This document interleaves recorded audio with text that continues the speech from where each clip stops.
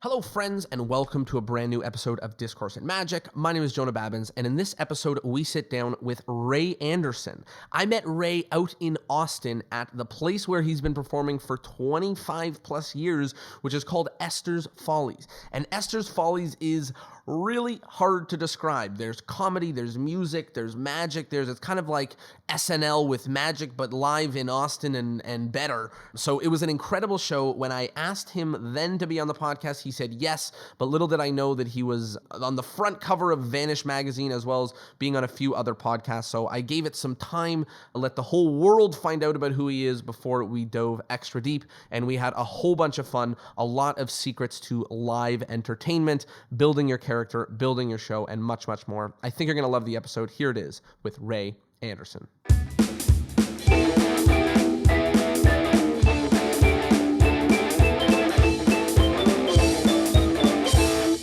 Hello, friends, and welcome to another episode of Discourse in Magic. My name is Jonah Babbins, and in this episode, we sit down with Ray Anderson. How are you? Oh, I'm great. It's good to hear from you as well. I'm super excited to chat with you, and it's funny, when you go to Austin and you go back home to Toronto and you tell all your friends that you met a magician named Ray Anderson, they think you're talking about someone different. There's a Ray Anderson here who isn't you. So actually, he's a friend of mine. We met online since we had the same name. I believe he wrote me first. And he calls me the famous Ray Anderson. But what do you call him? I just call him Ray. Ray. I don't want his head to get too big. But the other seems Ray like Anderson. A very sweet guy. I've never seen his show before, but seems like an awesome guy. And we've corresponded back and forth for the last couple of years, I guess. That's awesome. Listen, there can only be so many magician Ray Andersons, so That's you true. guys keep track of each other. Right. So let me know, how did it all start? How did you get into magic? Well, it's that typical story of getting a magic set for Christmas when I was in the third grade. And I had actually asked for a doctor's kit, but they were all out of those. And so my parents got me a magic kit instead, much to their chagrin for many years. But I might have been working in the operating room right now instead. But anyway, that's sort of how it got started. And I think the first time I can remember thinking something was magic, my sister would drive us to the local swimming pool when I was a kid, and this is even before the magic set. And we'd be stopped at a red light, and when she snapped her fingers, the light would turn green. and so I was just like enthralled by that and couldn't understand, oh, my sister is magic, until I realized finally that she was, just looking at the other stoplight on the other side there. And that was the first inkling I had that, oh, it's a trick. Right. And became fascinated by finding out how things were done. It's amazing how the silly stuff is still the stuff that gets us excited about magic. I spent actually several years trying to find the original magic set that I started with, and it happened to be a very rare one too. But then when I finally got it, and it came all the way from London, is where I finally found it was the Peter Pan magic set. But I looked into that little box, and I thought, from this, a bunch of plastic and cardboard, has spawned this entire career. So it's pretty interesting when you think of it that way. As I like to say, I told my parents I want to be a doctor, but they insisted on magician. So I said, okay, there you go. If you insist. So I'm sure you had a very similar situation. Oh, absolutely. Yeah. They weren't quite sure about it for a long time. You sure? Oh, it looks like the doctor set is back in stock, actually. No, that's okay. So talk to me a little bit about the development into the world of magic. One of the things that I find captivating is when you sort of realize that it could be a career or that it could be something like that. So talk to me about that. Yeah. Well, I grew up in a very small Texas town. So there weren't any other magicians around, really. There were a few kids that dabbled in kind of playing with magic tricks, a few that they would have. But there was really no one for me to look up to growing up. So I found a few magic books at the local library. That's sort of how I got started. It wasn't until I think really I saw the Mark Wilson Magic Circus on television. I never even realized that magic could be a career. I just never thought of it that way. I didn't know you could do that. I just wasn't part of my life then. And I saw this guy, Mark Wilson, and he was doing this show on television, and he was dressed real nice and had all these really props that looked expensive. And somehow in my head, it clicked that, oh my gosh, this guy does this for a living. And maybe I could do that too. In fact, one of the highlights really of my life was being able to thank Mark Wilson years later, which I actually thanked him in my AMA award speech. And I told him that after seeing his show, I had turned around in my living room and struck my best Mark Wilson magic pose and told my family that I was going to be a professional magician. And that's pretty much the way it happened. So after that, I started getting, more serious about it. It was just a revelation to me that somebody could actually make money doing this, So I think that would be it. You know what? It's so crazy because I've heard sort of the same development before where, you don't even think that being a professional magician is a real thing, Right. And Yeah. you see it and it's unbelievable because you're like, wait, I could do this? This is real? That is so true. But not only for me, but also for my parents, I think, because they also never thought of this actually being something you could do as a career.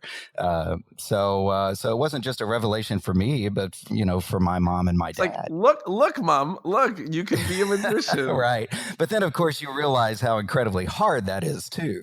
That's yet another thing when you think about how hard it really is to end up living your dream, from just seeing something like that. It's pretty amazing. One of the stages in development in coming stage illusionist magician is sort of getting out of the close-up stuff and into the stage stuff. And the challenge about that is you can do close-up magic anywhere. So everyone in your family sees all of the tricks that are in your magic set. Right. But stage magic is much more challenging to get stage time.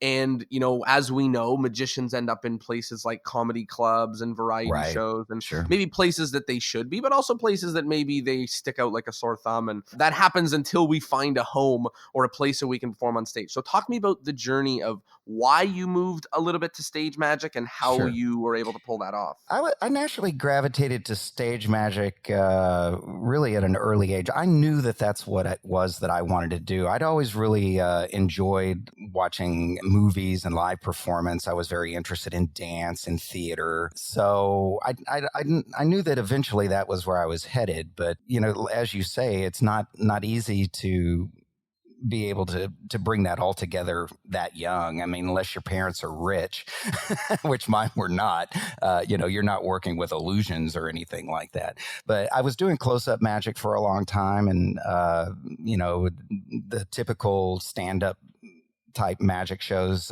for birthday parties or Kiwanis, clubs, that kind of a thing when I was in junior high and high school. But I guess it was my senior year. I had worked all summer at a dry cleaners, and I was in the back folding these people's uniforms out of a dryer that came from one of the local plants there. And it was just hot and sweaty and probably the worst job I ever had. But I took all the money that I saved from that, which I was supposed to use for college. I went to a Texas Association of Magicians convention and bought my first two illusions, which was a sub-trunk and a dollhouse from Chalet. So I already had that drive, even though I didn't even have any place to perform these things, to want to progress to that type of magic. So I had those things. My parents were furious, of course. That's bonkers. But luckily, I got a small scholarship from UT for theater because I was by then also very heavily involved in acting and theater in my high school, and so that's what I went to school for, and that's what brought me to Austin, Texas. University of Texas had given me a small drama scholarship, and I was a BFA acting major in their program. So that's what brought me to Austin, and that opened my eyes to so many possibilities because it was the first time I was ever around other magicians, for one thing, really. People that I could actually just call up and talk to. And while I was going to school at UT is also where I found Esther's Follies. It was probably in about my second year. In the meantime, I was doing close-up magic in restaurants around town to help pay for my college and any kind of show I could do. But I think the thing that brought me into being able to finally use those first two illusions that I bought, and then later on, I think a broom suspension, and as people do, was doing corporate events. And I got very heavy into doing corporate shows in banquet rooms because it allowed me to use illusions, and it also allowed me to charge more. And that's where I got my first start with the idea of doing, an illusion show. So it was peppered with maybe 3-4 illusions, as well as my stand-up stuff that I was doing at the time. Then when I discovered Esther's Follies, that's when I really started to take off because I was doing shows there on a regular basis. But did lots and lots of restaurants in town. I worked at Bennigan's, which was a chain, and there was a French restaurant here in town, and I would go around and use a bad French accent at the tables, yeah, doing magic with this fake French accent. But of course, being from Texas, I had a big twang. So it was like, Come allez-vous, au très bien, vous, pas mal, mercy, mercy. When you were in school, did you already know that you had your sights set on being a magician? Like, did you filter every drama thought about, oh, I could use this on stage doing magic? Yeah, I really did. In fact, the reason that I was so interested in doing theater was because it was the closest thing I could do to get a degree in magic. And it's really one of the best things I ever did, since I was going to end up going into stage magic anyway. I took a lot of dance. I had a natural ability for dance. It's just that, where I grew up, boys didn't dance. And so it wasn't until college that I was able to get into ballet and jazz classes and stuff like that, which I would say has probably helped me more than just about anything in my career. I draw on, in one way or another, on my dancing background more than just about anything else. But it also taught me how to build sets, because you were doing crew. Even though you were an acting major, everybody had to do crew. So you were building sets, and you took lighting design, and you found out what character development was. There were just a million things that played right into the magic. But thank goodness I already had my sights set on being a magician, so I could take the things that I was learning and apply them directly to my magic in my mind. Whenever I would take a lecture or see something, I always said, well, how does that help me with my magic? And so I was very, very focused at a young age. I always tell people, it's like, how do I become a professional magician? And man, the only thing I can say is it has to be your one burning desire more than anything else. It's like, and I was very, one-minded in the idea that I was going to be a professional magician. I just didn't have a choice in my mind. That was what I had to do. There was no failure. There was no backup plan. That was just what I wanted. And I was going to do that, come hell or high water. So I was very focused when I was that age. That's great. And, I think there's a lot of people who can really envy that feeling of going to school and knowing already what you're going to do while you're there, and kind of having it all filter. And, school is great if you know what you're doing there. Right, sure. I mean, and I learned a million other life lessons in college as well that had nothing to do with magic. But I would say, all of the acting stuff and things like that, I applied them immediately in my brain to, how does that help me with my magic? So let's talk a little bit about Esther's Follies. I found myself going to Austin. I posted on Facebook, hey, any magic shows in Austin? What should I go see? Everyone said you have to go see Esther's Follies. I said, okay, I'll go. And you reached out. You said, hey, here, hooked you up with tickets. And I went with a friend of mine, and my mind was blown from the moment that I walked in. And just to give it some context, we produce some shows here in Toronto, Mm-hmm. and I used to like to go see magic shows. Now I love to go see magic shows because I'm in the business of magic shows, not just in the business of magic. Right. And I'm sitting in the show, and there was like a trillion things that happened that made me go like, why isn't anyone else doing this? Like, why? This is crazy. This is unbelievable. Things like, you had musicians before the show, and the content of the show was so current that it was almost impossible. Like, it was almost magical how current the material was in the show. There was a window where you were interacting with people on the other side of the window. It was just, it was the most incredible thing that I'd seen in a very, very long time. And it's really enthralling. And I think people listening right now have no idea what I'm saying. So what is Esther's Follies? All right. Well, I can understand that your first experience with Esther's might really take you aback, because there are so many things to take in. Yeah. But I will say that Esther's has grown organically. It was not planned to be what it is now. It was just people putting on a show and throwing whatever worked into that show. And that's Right. why you get so many weird off the wall experiences all in one take when you come in. There's the window, which is very unique to our theater, which really just happened because the original place was in a pool hall. In fact, it used to be called Esther's Pool, the theater, but we finally stopped doing that. But people would just sit on the pool tables and watch the show. But the only place to put a small stage happened to be right up against the windows that faced outside. And so that's how the window thing came to be. And since they were there, they ended up getting utilized, as part of the show. And then as the show progressed and started doing well, they took the pool tables out and put in chairs. And I think the original place maybe sat 75. It had no air conditioning. And so in the middle of summer in Texas. Now this is before my time. I guess Esther's had been running about 6 years before I ever came across them. And it was put together by a bunch of people that were hippies from the 60s that had gone to school at UT, and they wanted to do a show. It was just not unlike the Judy Garland movies where you put on a show in your barn. It's just 6th Street was a seedy side of town, so you could do stuff over there. And it was actually a place that you might not necessarily want to go to at night.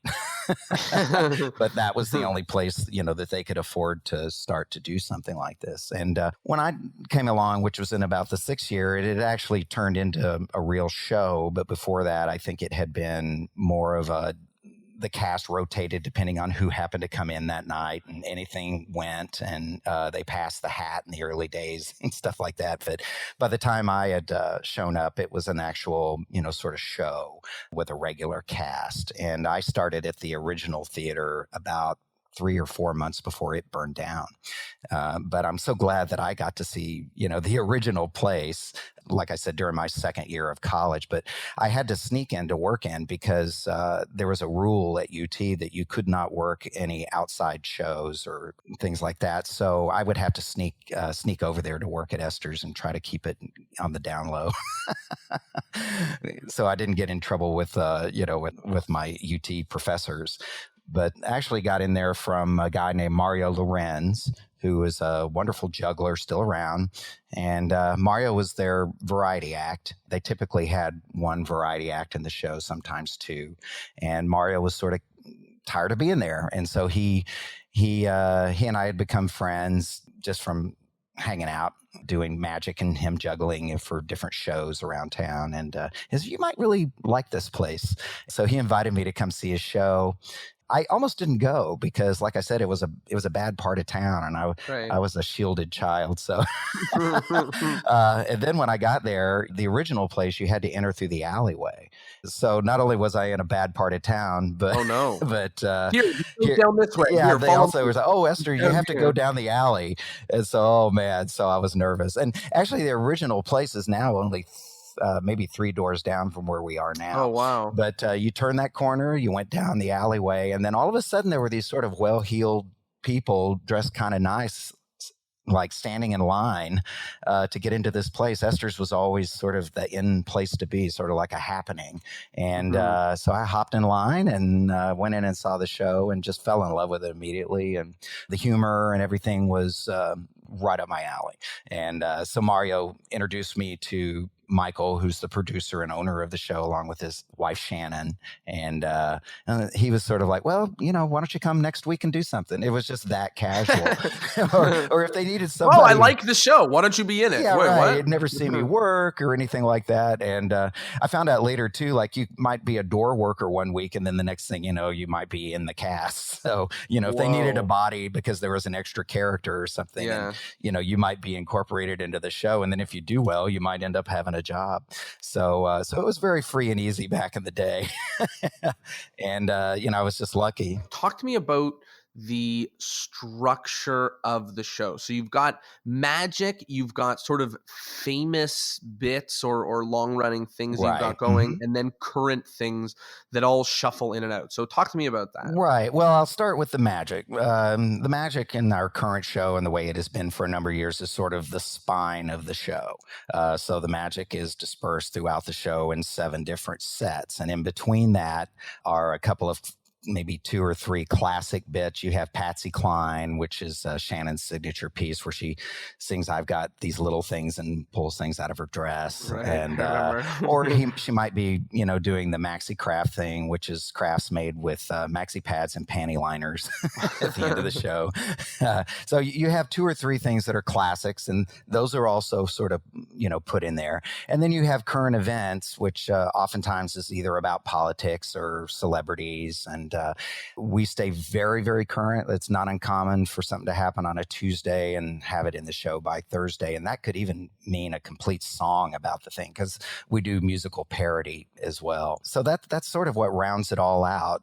It's politics, it's magic, song parody, as well as current events. And that kind of goes back to the idea of it being so organic that all of this stuff kind of got thrown in and tested early on. And then what worked is what stuck. But it's hard to put us into one category. That's why when people try to describe Esther's, they usually start talking about it, but they finally end up just saying, you just need to go. Right, Until you yeah. go, you're not going to get it. Because it really is sort of hard to describe. There's just so many things going on. And then on top of that, the window too, so. Totally what you're saying. Like I found myself unable to explain to people what this place was. Right. And there's so many elements to it. Like the songs about current events was so mind-blowing because you watch like shows, like the best one that comes to mind is SNL, where like what I assumed was the best people in the business doing this every week. And I found I discovered this show in Austin and it's better. They're writing better comedy songs, better. Like, and I'm going, what is happening? Like, when did they write this? Who could have written this? Like, Sure. like unbelievable. So how do you guys get the writing done to stay so current? Well, first of all, most of the writing, almost all of the writing is done in-house as far as it's all cast members. We do have one head writer now that we've had for 10 years who's wonderful. And he writes stuff that isn't part of the cast. Steve Baranowski is his name. And so he's our head writer. But we have just gotten really good at it. I don't know any other way to really say it. I mean, we have structures for things. I mean, there's some... say, for instance, healthcare. There's some things that are just going to keep coming back. So we can dust those off and then reshape them as needed by just dropping in a line or two so that they're, completely current with what's happening now, whether it's about Obamacare or, what's happening. So that's one way that we do it. So we already kind of have the song structure and everything together and we just drop that in. But then some things are just, it's something that's happening in the news and we're just pretty good at, picking the right song for the right topic. And what happens? You guys like sit around a table and say like, hey, we got to talk about the Russians this week. Let's figure it out. Yeah, it starts on Sunday where Shannon actually usually writes everybody on a Sunday and, gives topic ideas and stuff. But of course, anybody's welcome to bring anything they want. And then there's a group of maybe 5 of us that get together on Monday's writers meeting so that people Sunday night traditionally, will write bare bones stuff, that kind of a thing. And then at that point, that's where I step in on a Monday and we look at all of this stuff. And along with Shannon, we decide sort of what's worth, pursuing or not. They go home and write the rest of it or change things depending on notes that we give them.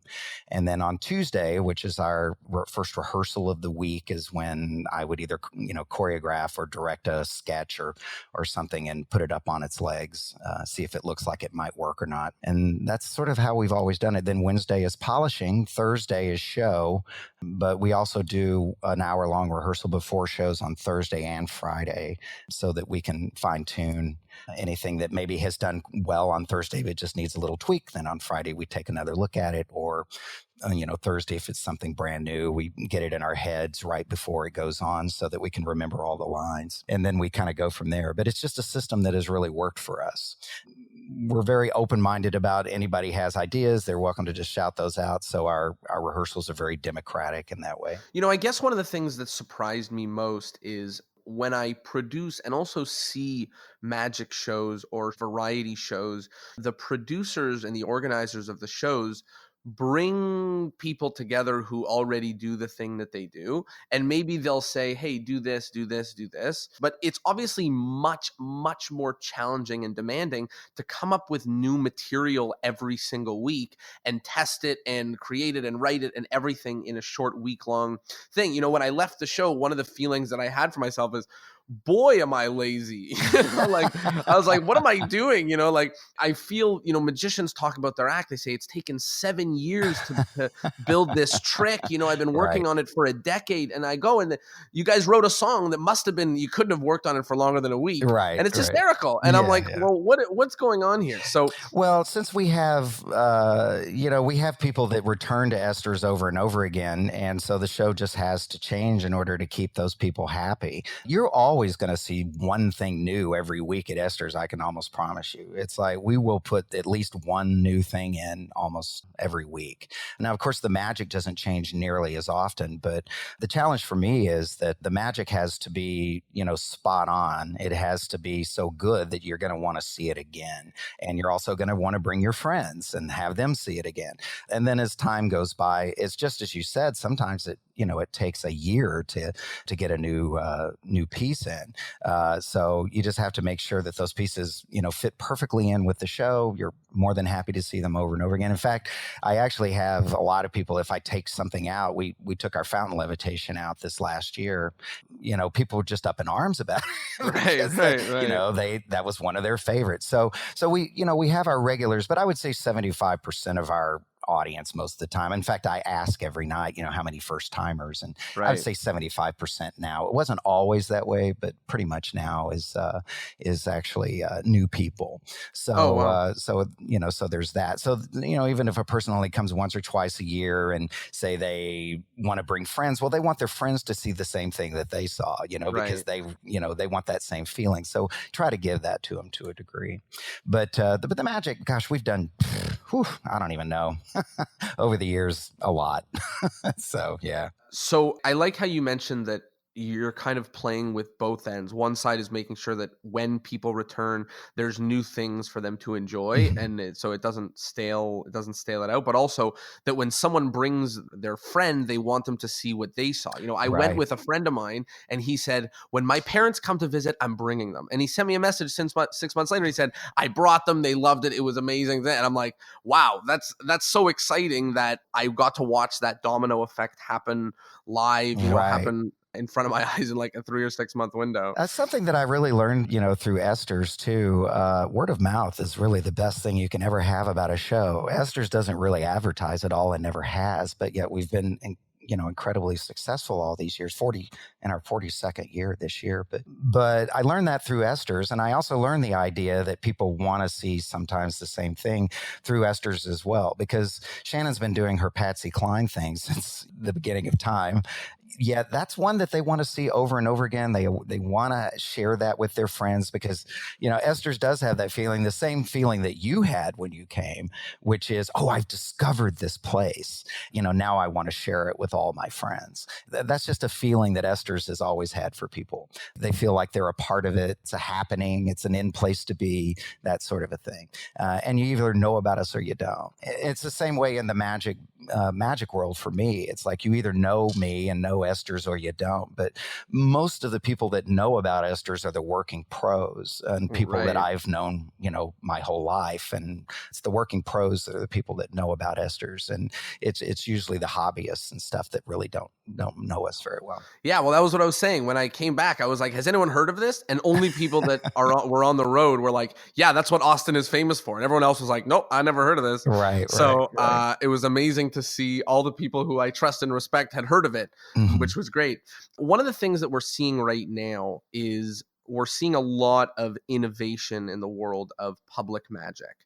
And this show is not only innovative, but it's also been doing it for a very long time, Right, right? right. So it's not in this wave of innovation, even though it's an innovative magic show in a bumping city like Austin. What are some secrets or tips to keep a show fresh, or Sure. let it not feel like it's grown stale? Well, I mean, the thing about it is you just can't rest on your laurels. I mean, it has to be, take care of it as you go along. And you also have to stay up on current trends. One of the lucky things with Esther's is it's ever changing. So it almost forces you to keep up with it, that kind of a thing. And, the other good thing for us, I think, is that we were sort of ahead of the curve when it comes to pace.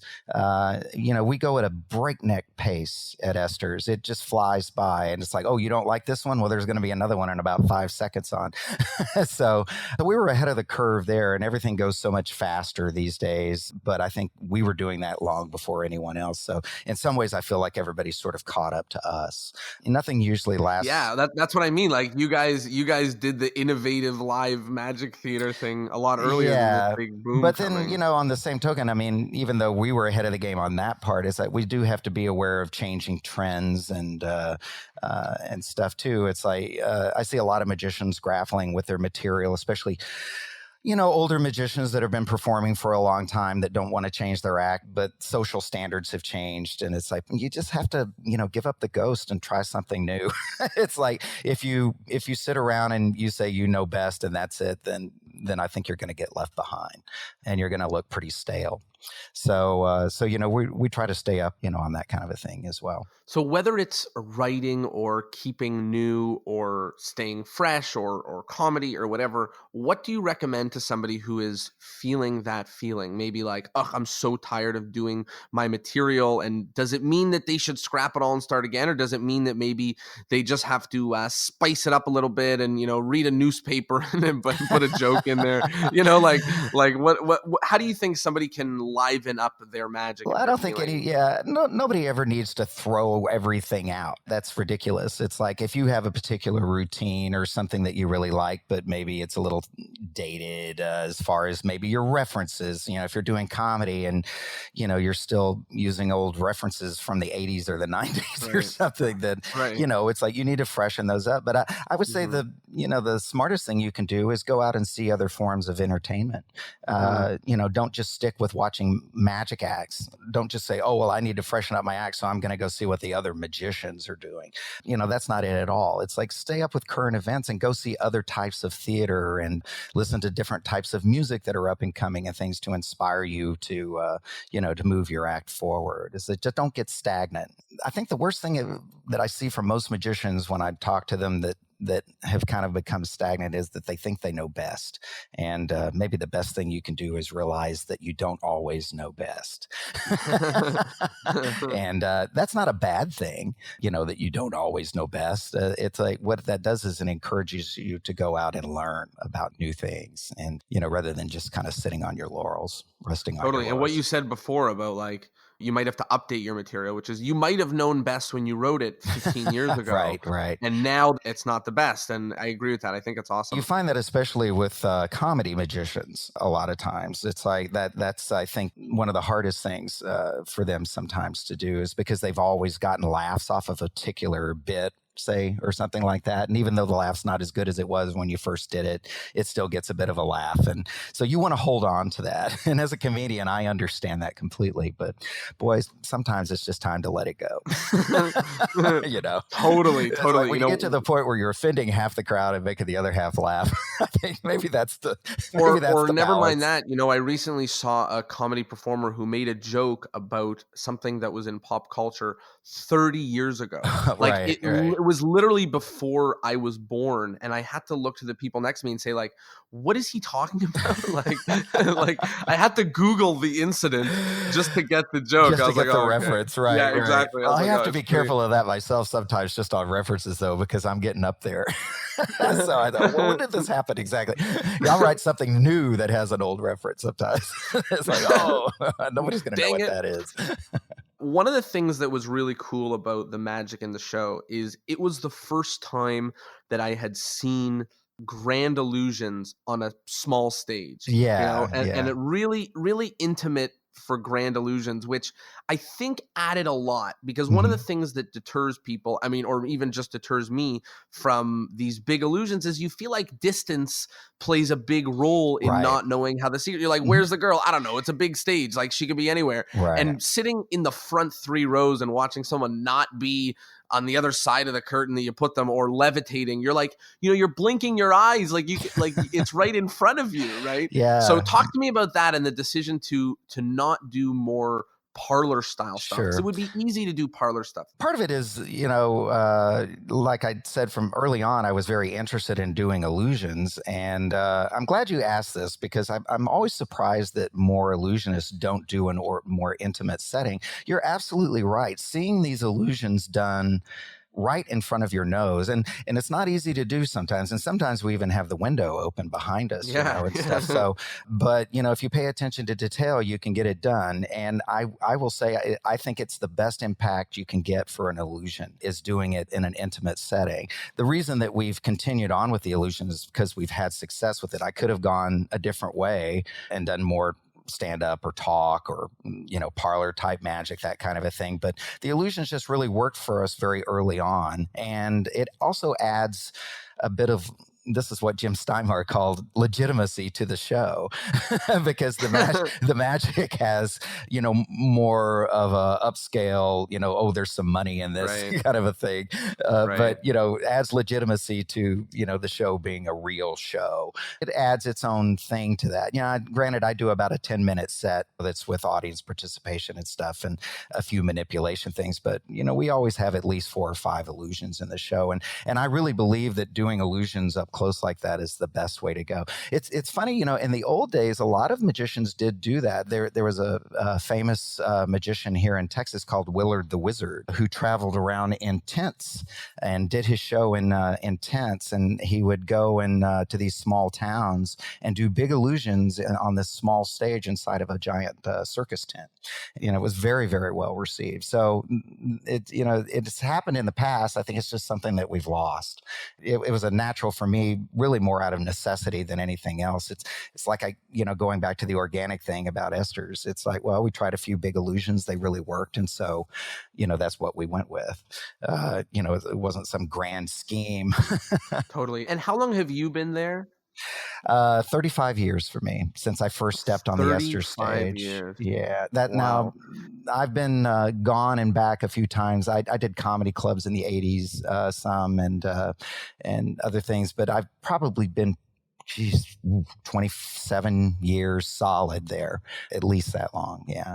What's so incredible about it is, not only, like you said, do you get shaped as a performer by doing so many performances, you get better, but also the environment shapes you as a performer, right? Right. And helps you learn from what Esther Follies is learning. Sure. And there's a lot coming out of it. One of the things that's been really interesting to me is how magicians present their magic in the modern era, because art changes, and once upon a time you could non-satirically pop your collar and do a magic trick, and now it's a joke about magicians doing a magic trick. So you Right. do a really good job of satirizing the large grand scale illusionist with your character. It makes me think of like the Burt Wonderstone of Right. actual Yeah. magicians. The Amazing Frank is his name. That's it, the Yeah. Amazing Frank. So talk to me about the Amazing Frank, and how that came to be, and almost, did you find that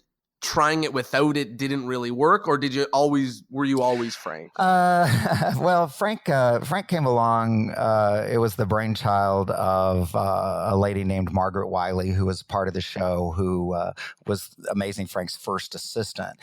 We knew that we wanted to do a comedy magic act, and she sort of had the idea of this character called Flame that she had done with another magician named Peter the Adequate. This was during my hiatus when I was living up east doing comedy clubs, and it had some success, but Peter wasn't a part of the cast. So when I came back, Margaret had decided we needed to do something together. But I always thought about the guy that all sort of imitated Siegfried and Roy, who were, sort of big at the time there in Vegas. It wasn't making fun of Siegfried and Roy. It was making fun of the people that copied them that never quite made the big room, Right.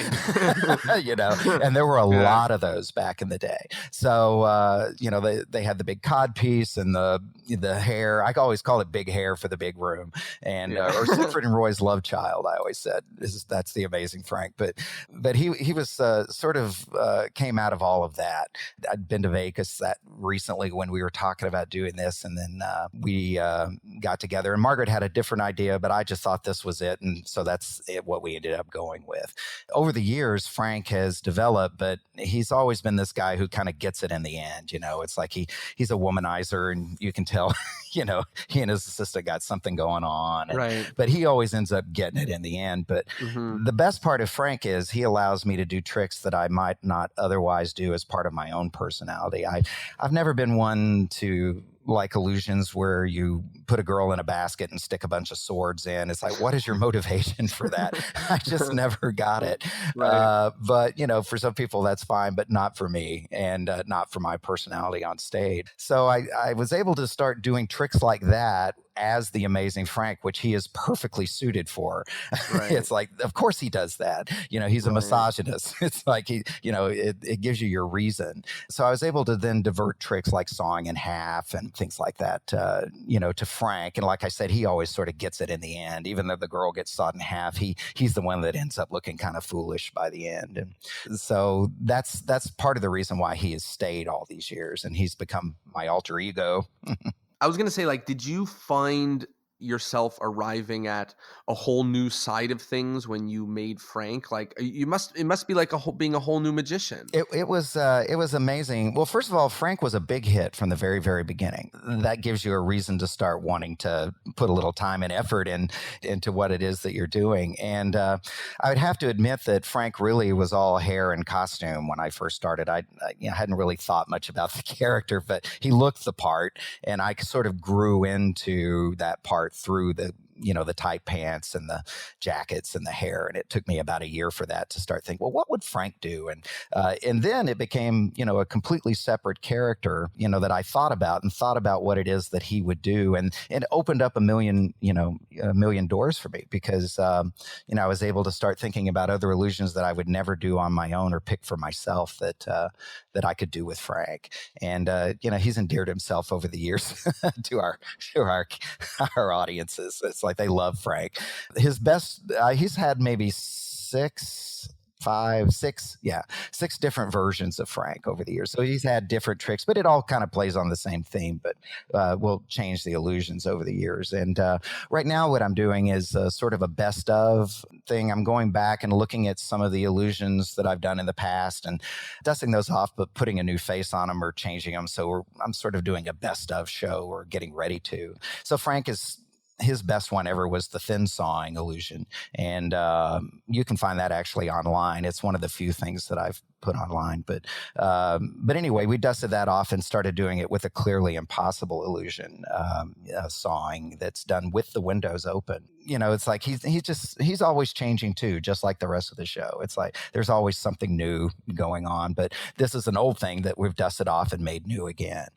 Totally. So we do some of that as well. One of the things that I found myself really, really enjoying during the show, and it almost might feel like a minor detail, but it really excited me, was that the assistants of the magician were the comedians and the actors from the other bits. Mm-hmm. And I thought that was great for a few reasons, mostly because there wasn't just this glorified dummy standing on stage getting in boxes and posing when the music happens, but these are people who, even though they're actors, you've come to understand who these people are in the first 15, 20, 30 minutes of the show, whatever.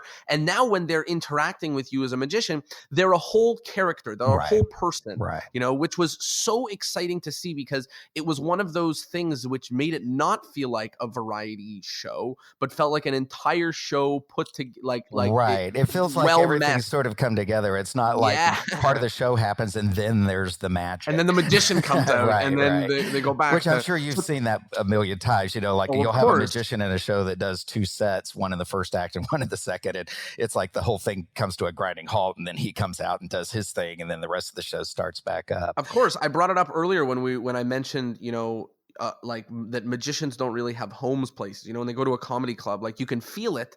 And when I've ever been in a variety show, someone says like, "Oh, you'll go right after the band," and I'm like, "Should I?" Like, Yeah. because the band is a worst, lot of fun. yeah, the and worst I spot do- ever. yeah, exactly. So talk to me about that aspect of the show and how you guys make that work. Well, I always want to make sure that I'm integrated with the rest of the show. And one of the big ways that I do that is by utilizing the rest of the cast as part of my magic. What that does is it tells the audience that I am not just the magician, I am part of the overall show, because everybody has to know what it is that they're doing in my act. And, they actually, are quite good at what they do. And then you're right about them being able to learn a little bit about these people, especially the girls that are working with me before, they're ever in a magic trick, in fact, Alana did a little opening for the show sometimes. And so they would feel like they'd gotten to know her before she ever, ended up levitating. But the other thing I'll say is that using actresses and actors instead of dancers for illusion assistance, in my opinion, is the best way to go, because they do have a tendency to fill out their characters. They're not just, standing there. They're actually giving you a little bit of their personality. They can't help but do that. They're actors. Totally.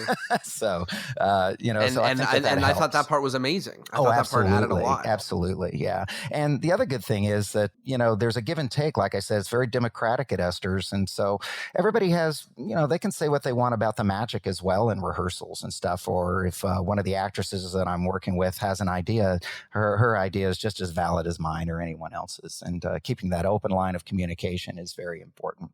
Totally. It was such an awesome part of it, and it helped, bring the whole show together, as well as, like you said at the beginning, there are so many aspects of the show that a newcomer will feel overwhelmed, Right. by all this stuff. And it comes from it being around for whatever it was, 35 years, and learning the nitty gritty and coming up with bits that last for eternity. And like, one of the things that was so exciting for me is I don't remember the last time that I was fooled into thinking that something happened in the moment, but really it was planned. Oh.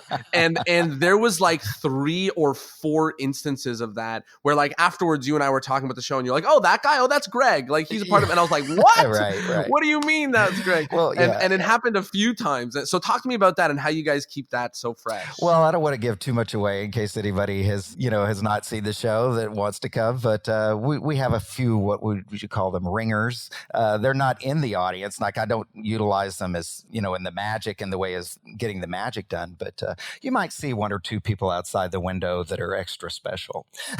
And so, but they're just very good at what they do. We coach them to do that. Oh, yeah. And we look for a certain type of person that works for that sort of thing. And they also are in charge of the outside props. So it's like a job for them, and Right. then the couple of fresh appearances that they have as well. And for me, like one of the most important things, and one of the things I like to do the most, is to make things seem fresh, like it's a first time thing. And so I spend a lot of time, trying to make that happen. I want it to feel fresh and like it's the first time that something happened many times. I used to do a trick years ago. A lot magicians would know it as jumbo sidekick, which was done with the gun and the little table with the flowers. And I think at the end you get the card wrong. Well, for me, what I did was, when I took that routine, the part that I played up the most was the fact that the card was wrong. And I set it in the audience's mind that I might get it wrong very, very early on. So it's almost like a callback in the way that I would do it. So that by the time we got to the part where the card was wrong, they really thought that I had gotten that card wrong.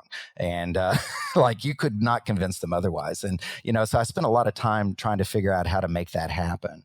And still to this day, I'll have people that will come up to me and say, that, gosh, I saw your show about 10 years ago, and I go, and I really enjoyed it. But, I was there the night that you got that card wrong. And it's like, I just beam. I said, oh, yeah, that was a really special night. But what that Oh, tells that's me is that funny. I was doing It it worked. properly. Yeah. Yeah. It's like, if that's what they remember, oh, I was there the night you got the card wrong. That to them is special. Then I know that I've done it right. That's what I strive to do with just about everything. I try to make it fresh every time. I never try to go out and take things for granted or just go through the motions. I think that's luckily too, because we're only doing 5 shows a week as opposed to, most people that do a regular gig would do 8 or 10. And so it never really gets old.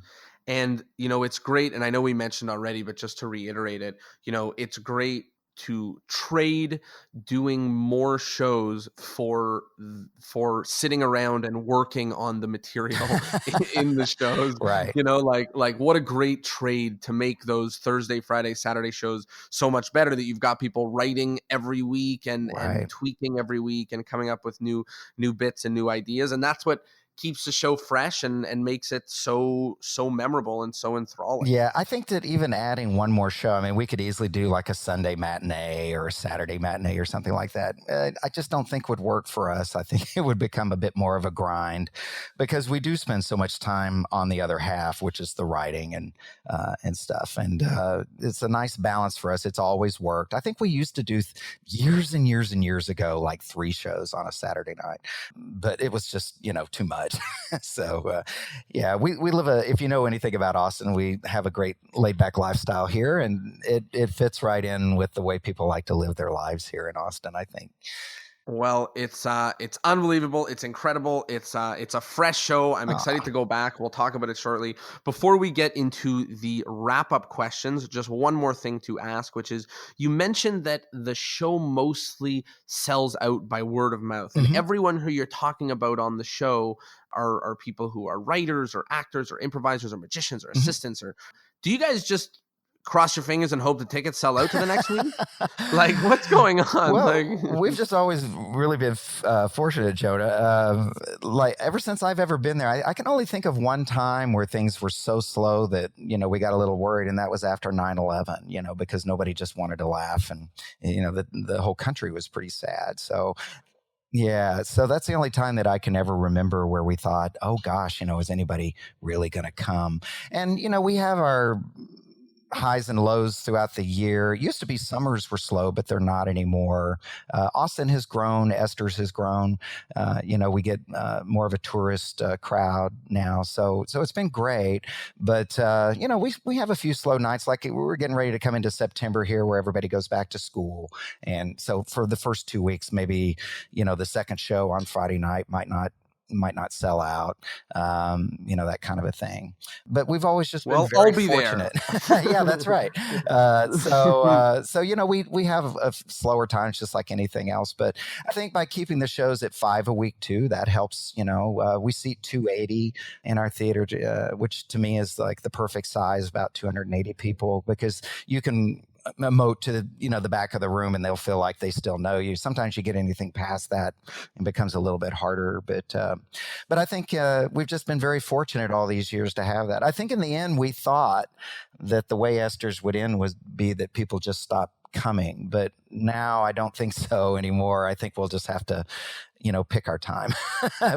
That's a good problem to have. And we do not take our people for granted. And that's why we try to do the best show that we can every time, Well, it's an unbelievable show. I recommend it to anybody who is even remotely anywhere near Austin, or even not near Austin. Go see it. It's incredible.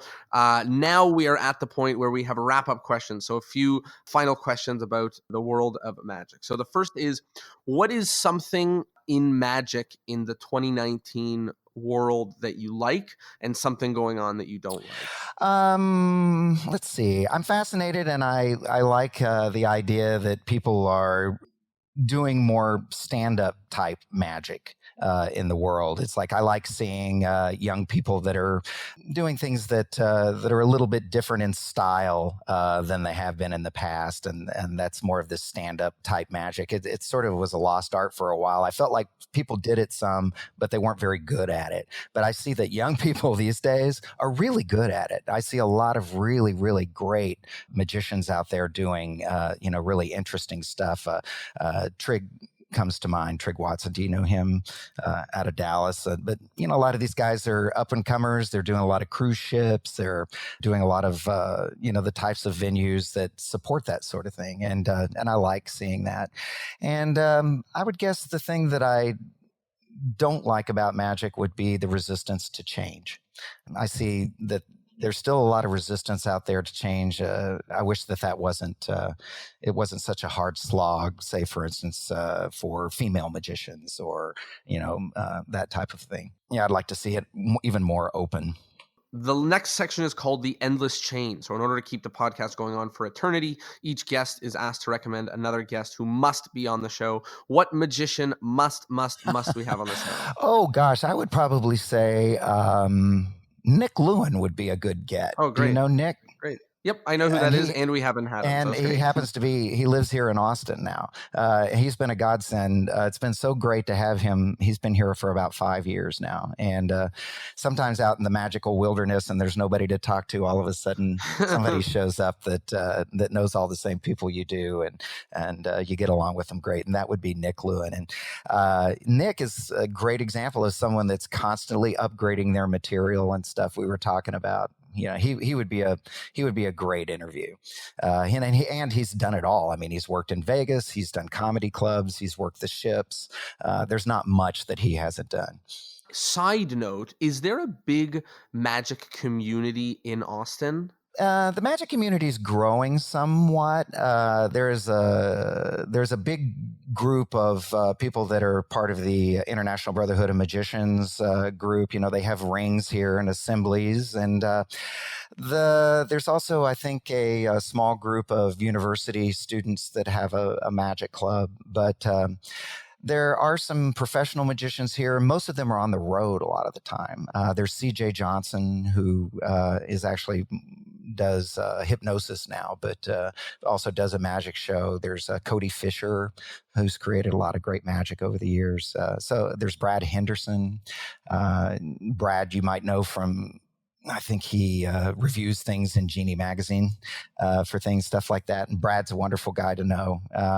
Talk about encyclopedia of magic. That's Brad. Whenever there's a question I have about some effect or its history, call Brad. He goes, "Oh yeah, that's this." Doesn't even have to look it up. So there are some great people here. It's just that they're working, so they're out of town a lot of the time. They're well, if you tell me all the magicians in Austin are working professionals, then there's something in the water there that I gotta. Well, there's amateurs too, but these just happen to be the guys that that are working. That you connect with and stuff. Yeah. I'm gonna try to connect with as many Austin magicians as I can when I'm there. So thank you for that. The next thing is the take-home point. So people have been listening to us talk about magic and shows and Esther's Follies for over an hour now, and there's lots of different stuff. So, when people think back on this episode, what's the one take-home that you want them to have? For me, it's that I just, I love how much effort that you guys put into keeping the show fresh and adding new material, keeping it current with politics and culture and whatever, so much so that, I think aside from it being a great variety with great bits, that's a real amazing part of the show, because you don't get that at all kinds of live theater. You get someone's bit, and that was a big highlight for me. Well, yeah, I would say, I would love to put it this way, and this is something that I have learned from Esther's that I think a lot of us magicians don't do, and something that I'm so glad that I learned from what I call the Esther's way. It's just the Esther's way, which is that you throw stuff up to see if it sticks, regardless, even sometimes, and this goes against every fiber of most magicians' being, even if it's not completely polished or finished. It's like there comes a time where throwing it in front of an audience becomes, the next phase. But I think sometimes by moving that up a little closer to the time that you just start working on it, sometimes can be a huge benefit. It's like, don't be afraid to put something out there before you have just rehearsed it to death. Don't be afraid to put something out there before have you feel like it's like completely done. It's like, take a chance every once in a while. That's certainly something that I do. It's like, maybe you don't have just the right microphone for something that you're going to do, or maybe you don't have just the right scarf that you wanted to use, so you're practicing with another one. It's like, go ahead and throw it up there. Don't wait till everything is perfect. If you're waiting for everything to be perfect, a lot of times it never is, and then you're cheating yourself out of what the audience can give you from watching something.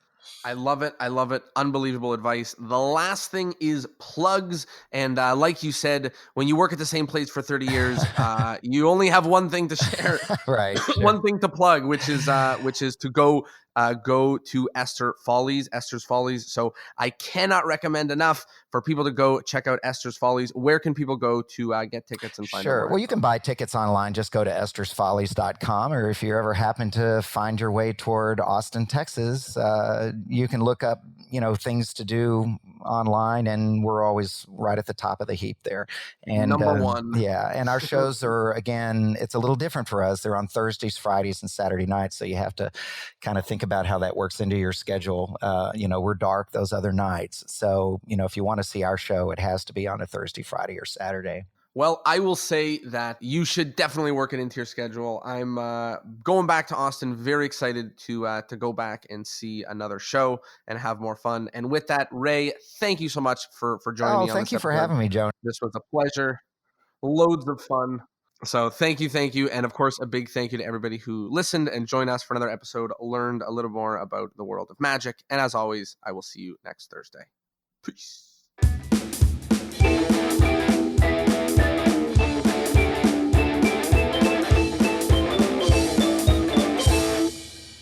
Well, there you go. I hope you liked the episode, and I hope that you learned a thing or two. Ray has a ton of fun advice. He is a veteran performer, and it's incredible to see that show and to just think about all the work that goes in every single week to what they do.